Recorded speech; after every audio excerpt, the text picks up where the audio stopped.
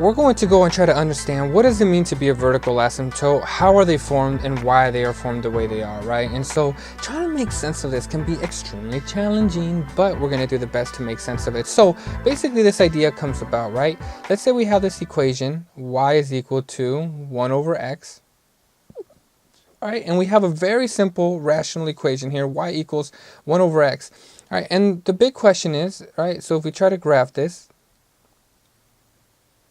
now, the big question is, what happens if we try to plug in 0, right? So what happens if we try to plug in 0? Well, this is a problem because we can't divide by 0, all right? And the reason why, all right, well, let's kind of look at an example, right? 10 divided by 5 equals 2. All right, well, because 2 times 5 gives me 10, right?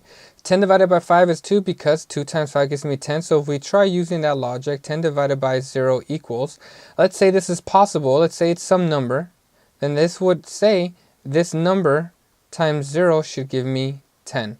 All right, just like over here, right? 2 times the 5. So 2 times the 5 should give me 10. Well, over here, this number times 0 should give me 10, and that's a problem because anything times 0 is just 0, which is not possible. So this is why we can't ever divide by 0, right? This is undefined. There's no possible way for us to figure out how to basically divide by 0, and we use the same logic up here. It's not possible, right? 0 times some number will never give you 10 because 0 times anything is always 0. All right, so because we're with this dilemma and we have this problem, right? We can't divide by 0. And so the question becomes, well, what happens if we get really close to 0? All right, so let me go ahead and start it fresh over here. So let's say we have our equation y is equal to 1 over x, okay? Well, the question becomes, what happens if we get really close to 0? We know we can't ever divide by 0. We already did that, but what if we try getting really close to it? Well, let's try using an example like this, right? Let's say we have $4, all right? And I'm asking you this question, okay? If I have $4, so let's just say the symbol S is $4. How many quarters do I have if I have $4, right? Well, there's 4 quarters in $1, so $4, I'd have 16 quarters, right? So this has to be 16. Well, what if I have 4 divided by 10 cents? Well, how many 10 cents are in $4, right? Well, there's 10 dimes. How many 10 dimes gives me $1. Therefore, $4 has to give me 40 dimes. So this is 40. Okay. Well, let's just go all the way down now to just 0.1. All right, 0.01. How many pennies are there in $4? Well, that's 400. So you could see, all right, if we keep dividing by a smaller number, our y values keep getting bigger, bigger, and bigger. And the reason why that is because we're essentially asking ourselves, right, here there's how many pennies are in $4? There's way more pennies because it's a smaller amount in a $4, 400 pennies. Whereas over here, right, there's only quarters, is already 0.25, so there's only going to be basically 16 quarters to give you $4. So you could see that the closer we divide by 0, the bigger our y values are going to get. All right, and so now if we actually try graphing this, we have y equals 1 over x. Okay, and we actually tried graphing this function. There we go. All right, if we actually try to graph our function, let's see what happens. We know it's at 0, it's undefined, right? We can't divide by 0. But what if we get really close to it? So let's try plugging in numbers that are really, really small, all right? And let's see what happens. Let's say we try plugging in negative 0.001, then we'll do negative 0.01 and negative we'll say 0.1. Over here we'll do the same thing, 0.001, 0.01, and 0.1. All right, and now let's see what happens, right? So let's take it and actually do it. We'll do some work over here. 1 divided by 0.1. All right, so if we do 1 divided by 0.1, let's see exactly what that's going to get us. And essentially, it's just going to be 10. So we'll go over here, all right, and we're going to get 10, which means up here, we're going to get the same thing except negative 10. Okay, well, let's go ahead and divide by 0.01. So let's do that. 1 divided by 0.01, and that's going to give me 100. I'm going to get 100, and over here, same thing, except it's going to be negative 100. And last but not least, what if we divide by 0.001, right? And you can kind of maybe see the pattern here, that we are going to get 1,000. And so you could see, just like I mentioned before with the other example, the smaller amounts that we divide by, the bigger our y values are going to get. And so over here is going to be negative 1,000. Okay, so if we try graphing this, let's say this is 0.1, right? We have 0.01, and now we're getting really close to 0.001. And then the same thing over here. Okay, well, what that means is that, well, okay, let's go ahead, let's go ahead and graph this function. Okay, so at 0.1, it's at 10, so it's somewhere over here. At 0.01, it's at 100, which is somewhere, let's say, right here. And then at 0.001, it's all the way up to 1,000. Over here. And we can see the same thing over here, right? When it's at 0.1, it's all the way to 1,000. When it's at 0.01, you know, it's at, we said it was at 100, and then over here it was at 10, right? So you could see that our function is going to behave something like this.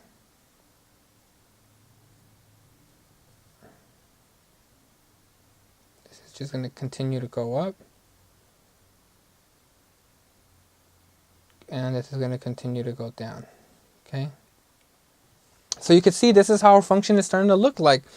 The closer that we get to dividing by 0, right, our y values keep shooting up. And you can see right here, this is how a vertical asymptote is formed. Essentially, our function,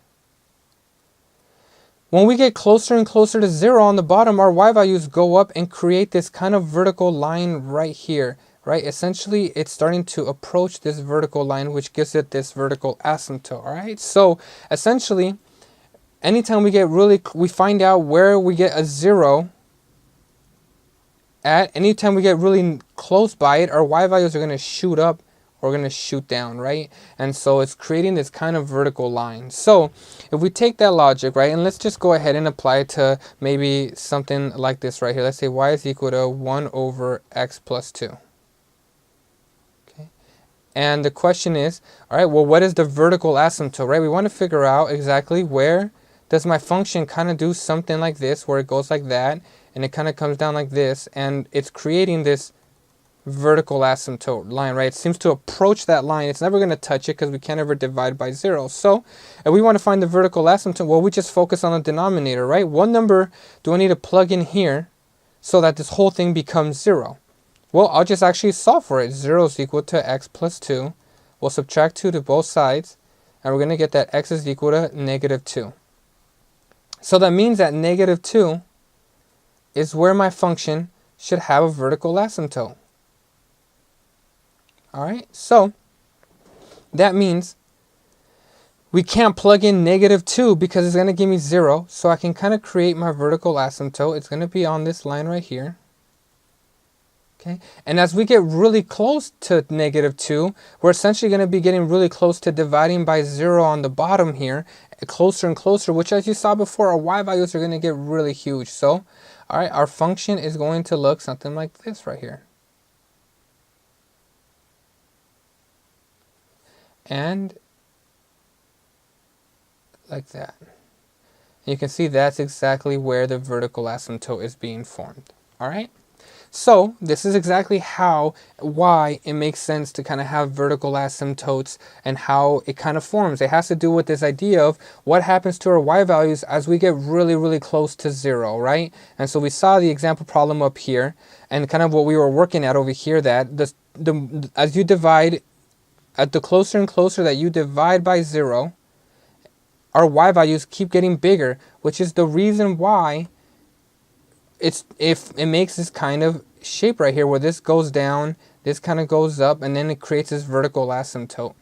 All right, that's what it's called, to be a vertical asymptote. It's this basically this, right? Where it's the line that our function does not touch, but it's approaching to. So hopefully this video is just making sense, right? How exactly do we find vertical asymptotes, right? Well, we're going to set the denominator equal to 0 and solve, because that is where our function is going to create these kind of vertical lines and approach this vertical line that's never going to touch. So taking that idea, let's go ahead and maybe apply ourselves, all right, to making sense of it with maybe something a little more challenging. So let's say now we have y is equal to x minus 1, x plus 3, x minus 8, all divided by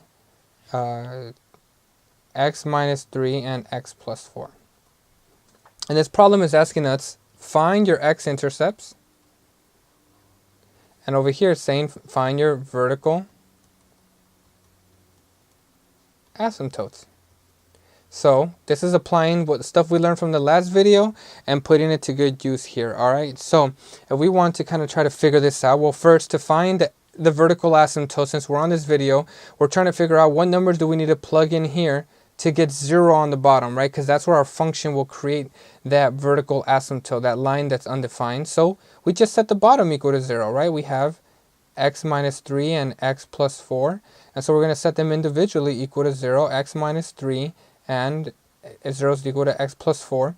We just add 3 to both sides now, and we're going to get x is equal to 3. We're going to subtract 4 to both sides, and we're going to get x is equal to negative 4. Okay, over here are x-intercepts. So again, we just focus on the numerator. So we're going to get 0 is equal to x minus 1. Oops. Okay, put some parentheses around there.